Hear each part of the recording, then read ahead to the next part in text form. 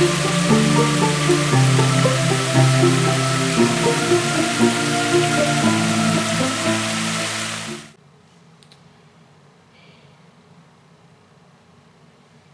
morning, everyone. Well, the Triquetra's out. You know what that means. It's Full Scale Friday again. Which means tomorrow morning we'll all be waking up with our breakfast cereal, sitting in front of the TV watching Saturday morning cartoon. Oh, wait, that's not a thing anymore. Damn. Okay, well, okay, I'll be doing it.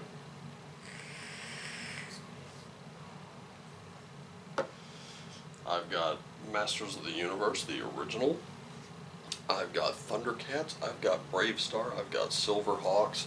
I've got Animaniacs. All sitting on my Plex server. So guess what I'll be doing tomorrow morning?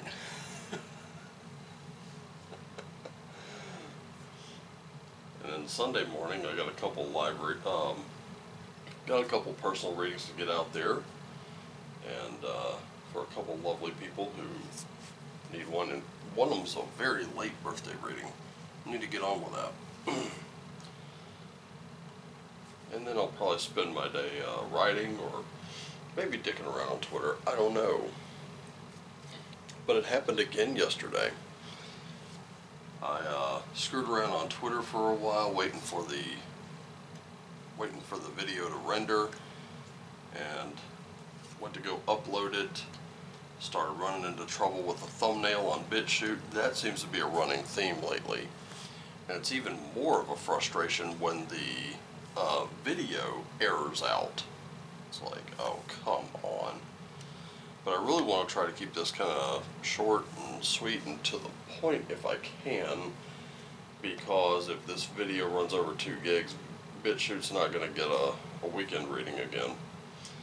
But this weekend's reading, I've got your Viking Oracle, got your Spirit Animal Oracle, Rider-Waite Tarot. I don't know why. I know we've used Rider-Waite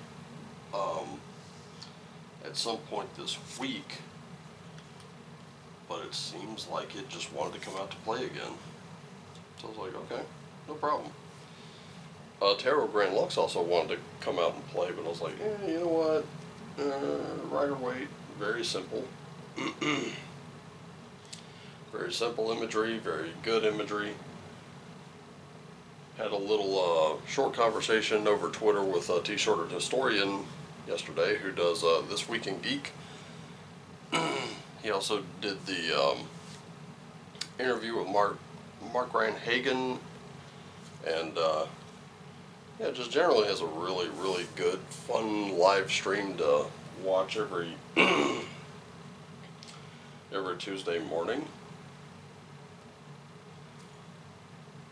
I think you should tune in. But anyway, he loves the Thoth Tarot, and, well, let me put it to you this way. I've read Crowley.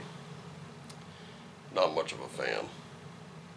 And I got my reasons for it. It's a long, long story. But anyway, why don't we go ahead and get this done, shall we?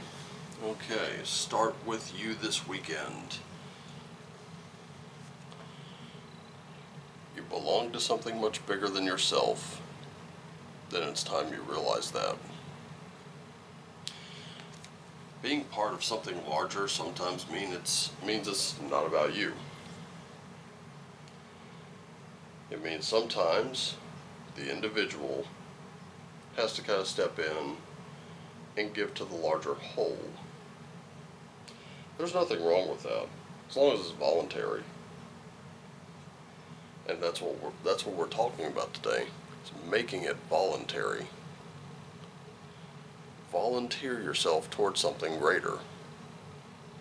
Whether it's a spiritual practice, a hobby, or perhaps even just some work you're doing. Remember that this weekend, whatever that work is looking like, it's not just about you. You're a factor in a much larger part of it.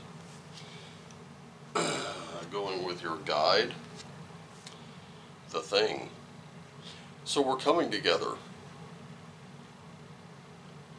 We're coming together. We're gonna make something big. Something big is going to happen. That is going to take a little bit of compromise, a little bit of give, a little bit of take. It's going to take us coming off these extreme ends and meeting right there in the middle. You won't always get what you want, but you will absolutely get what you need. And when you look at it, you'll be like, it's not ideal, but I can live with it.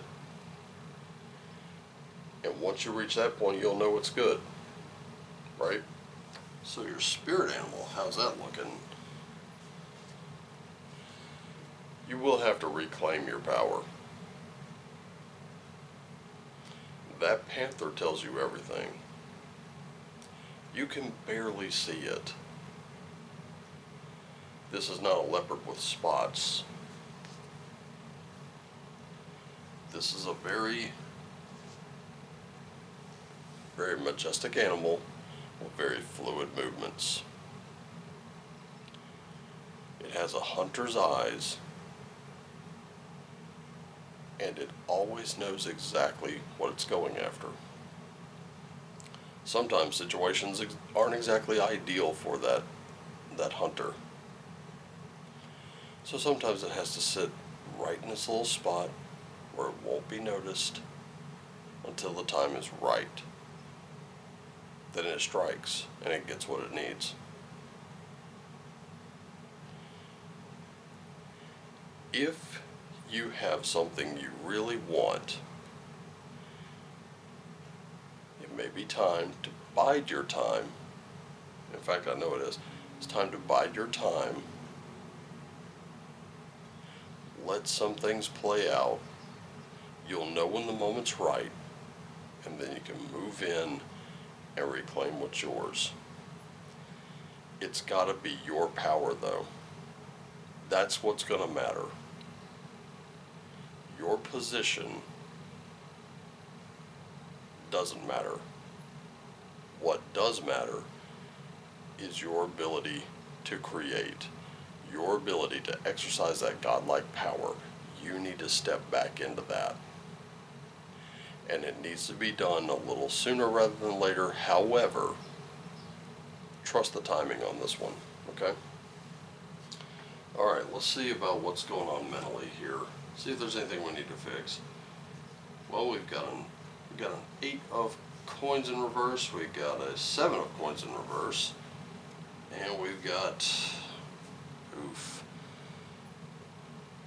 we've got an 8 of cups in reverse.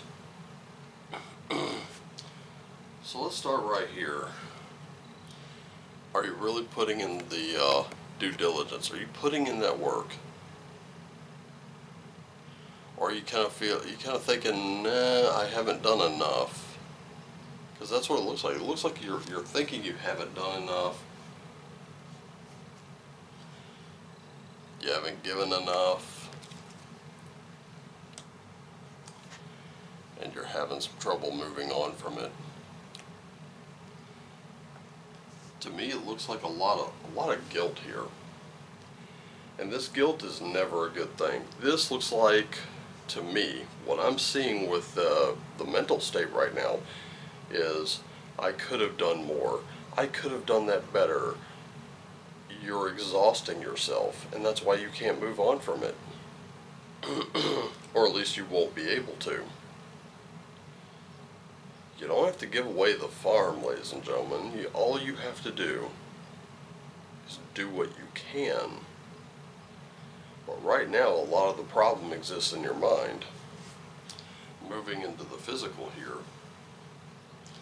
3 of cups in reverse. Got a hermit there. And an 8 of wands.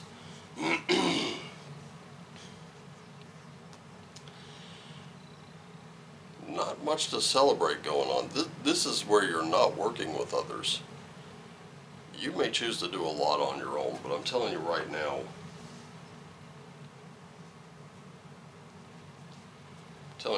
we're pointing right at the thing here, the y'all thing, that coming together. You're probably very strong on your own. In fact, I can see it in the next 2 cards. You're very very, very strong on your own. But what you need to understand and realize is that you are much stronger with other people. If you doubt me, right here in the center, take a look at that hermit. Now, earlier in the week, we had Isa come up. That is meditation and reflection. So is this. And it's time to do a little bit of both in order to save, whatever partnerships you may have on the table. Don't leave them on the table. But definitely take a little bit of time. You're going to have some time. You'll know it. When everything's quiet, there's nothing left to do, or nothing left you can do, then you can take that time to really kind of just close your eyes, breathe, and examine things. Once you've done that, what you'll find, especially if you're just out of ideas at the moment, is that they're going to come flooding to you. And once they do, it will be very, very fast. You will hardly be able to keep up. But you will know exactly which of those ideas is going to work. You will know exactly which ones are going to matter, and you're going to know which ones are just coming to you. Alright, let's look to the spirit, because we're going to get a little spiritual this weekend. I got a King of Wands in reverse. I got the High Priestess in reverse. And I got a Page of Cups in reverse. Holy crap. Lots and lots of reversals this weekend. Starting with this King of Wands in reverse. You're out of ideas. This is a real lack of creative mastery. And any ideas you get are coming in a huge jumble, and it's really causing a lot of confusion. But this is letting you know, this High Priestess in reverse is letting you know that sometimes authoritative sources actually do have something to them. You don't have to abandon them all the time. You don't have to always do your own thing. A little guidance is never a terrible thing. And what it'll do is it'll end up reversing a lot of that immature thought. A lot of that me. Your messages will come a little more clearly, I think. I want to go back to that High Priestess for just a moment. Because if it's one thing I know about the High Priestess, right now you're looking at some surface knowledge here, but there's also passion. Now, if you're kind of going through it morally and physically, or just one or the other or both, know one thing. Your passion's what's going to drive you. Okay? It's the Page of Cups that kind of worries me a little bit. Not even going to lie. Because right there with that Page of Cups, you're going to let go of some of those old thoughts. You're going to let go of some of those old emotions that, let's face it, emotions, they are probably the hardest thing to get rid of. Thoughts, creative ideas, they're easy to let go. I'm reminded of that part of that movie Dogma where Chris Rock was like, I think it's just better to have ideas. An idea you can change. A belief is much trickier. Because look around. Everything around you, all this is about to come undone over a belief.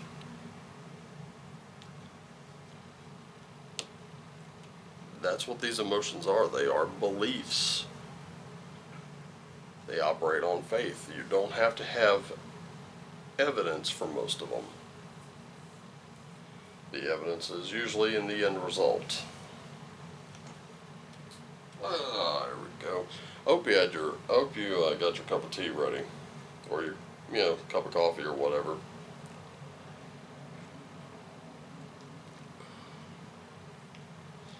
All right. So let's see what else we've got. We have Root Girl. We also have a Closing Door. And we have a Wailing Tree.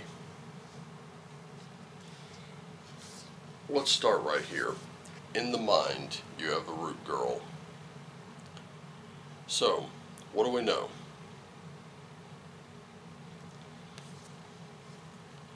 This is the disowned self.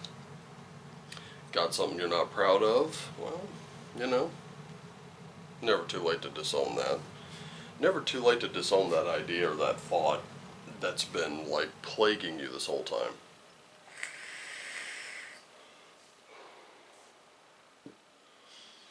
Let me share something with you.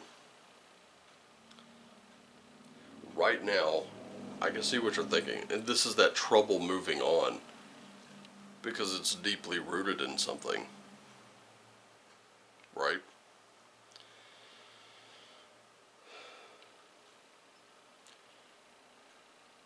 I think I've said this before, and if not, it bears even if I have, it bears repeating. You cannot have roots and wings at the same time. You're going to have to pick one or the other. If you decide with roots, you're going to settle down. You're going to settle into something. And you're going to draw from it, for good or ill. That's going to happen. And what those roots produce from whatever soil that's in the seed might have rooted in, you'll see it. It could be a dead tree. It could be a very beautiful one, just like Yggdrasil.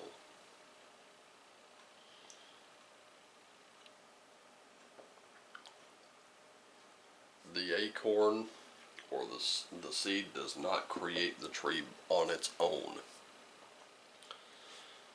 It has to work with some kind of nourishment from the soil, some kind of nutrient in order to make it grow. Likewise, the bird wouldn't fly without air beneath its wings. Get me so far? If you're having trouble moving on from thoughts, it's probably time to uproot that thing. You can always uproot a tree and then plant it somewhere better. It goes for any plant, as long as you're careful.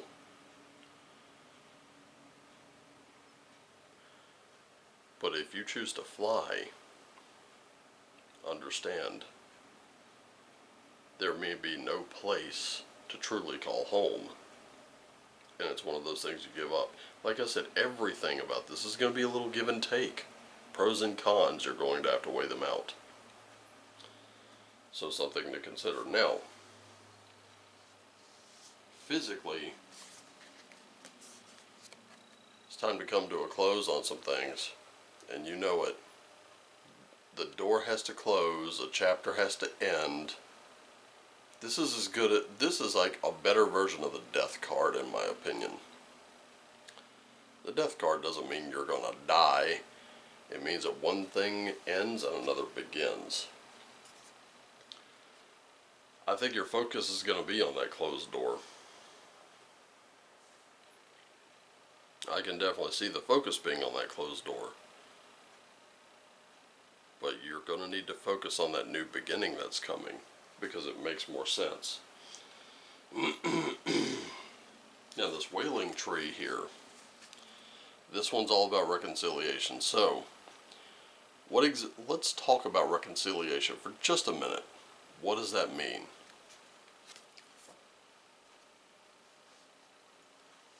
Well, I could tell you just kind of like in the land of business and retail, or inventory. Let's talk about that for a second. That is probably the most easy physical things that we could come up with. And while I'm talking about stuff in the physical world, we're going to be talking about something in the spiritual. Okay? That's where it's actually at. I need a physical representation of it though. So let's say that in my inventory I should have 50 copies of the D&D 5th Edition Player's Guide, 75 of the Dungeon Master's Guide, and 164 of the Monster Manuals. I go back, I count them all, and I've got something different. I only have 100 monster manuals. I got like 25 DM's guides, and I've got, more than 50 players' handbooks. What do I do? Well, now I got to go back and find out where those other ones went and how I ended up with more players' handbooks than what I needed. Then I find out, oh, some were given away as promotional materials, others were sold, and then some were sold under the wrong barcode. They were sold as player's guides and not one of the other books. And then I line all that up with my total, but my total comes out to be exactly the same. I will have reconciled one with the other. In this case, in the spirit,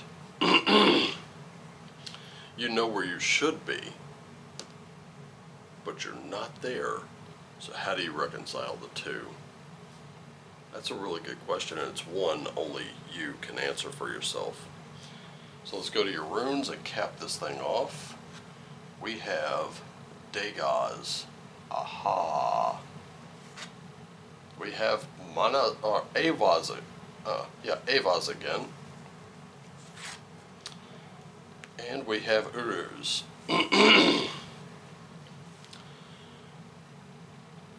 Real quick. Not a lot to this.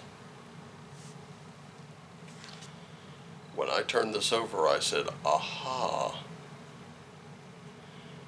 That's what Dagaz is. It's dawning on you. It's that aha moment. Oh, that's what it means.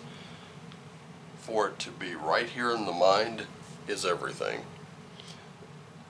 This weekend, when you look over this again, when you go back through this, when you go through the little details I put in, you're going to find that one little detail that makes you go, ah, that's it. That's it right there. Or when you go back through it in your mind, when you go back through all these events in your mind, and we're pointing at reconciliation here, that's where you'd be like, ah, that's what's going on. That's what's messed up. That's what's right. And you can move from there. You will be able to disown the old self, that part of you that you're not proud of.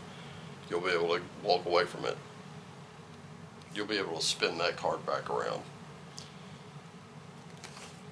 Avaz is forward movement. I would suggest going for a walk. I would definitely suggest that. Sometimes going out for a walk clears the mind. It could be very therapeutic. Take it from me. Because in all likelihood, tonight after everything is done, it'll probably be late at night, but guess what?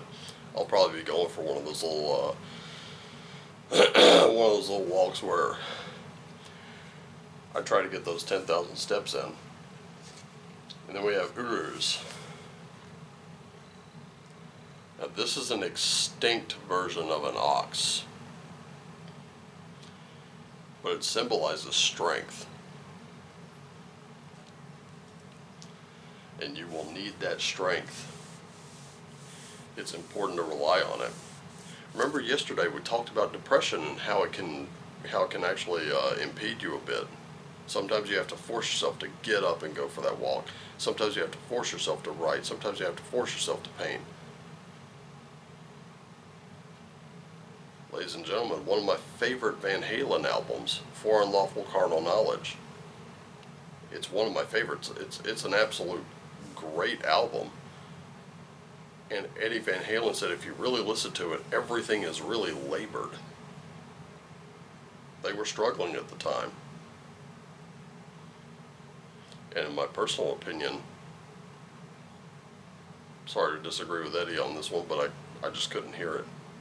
No matter how many times I listen to it, I don't hear labored. I hear a party album. Big time. And it's still a great piece of art.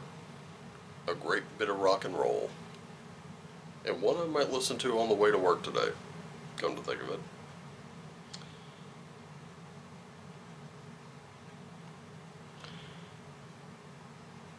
remember, being part of something bigger than you are is going to take time, it's going to take collaboration, and it's going to take some serious effort. You're going to have to get rid of a lot of old ideas. You're going to have to examine your own beliefs. But most of all, you will absolutely have to reclaim that which you've lost, either through your own fault or someone else's, and, most likely, our fault for losing it.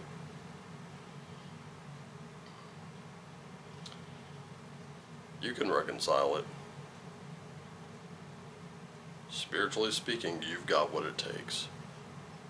It takes some real strength to reconcile those old parts of you with the new parts of you and say, yeah, you know what? It doesn't line up, but everything has led you here, and you will only get that through self-examination. So I hope you'll do that little self-exam. I hope you'll let those ideas come, those new ones, those fresh ones, and I hope you will reconcile them with the old. I want you all to have a great weekend. I want to thank all of you for tuning in. I want to thank all of you for your time and your consideration. Thank you so much for liking, sharing, subscribing, and all that good stuff. Blah, blah, blah. No matter where you watch, just remember, I love you all. I want you to, this weekend especially, take care of yourselves and each other. Always do what lights you up, and as always, shine on.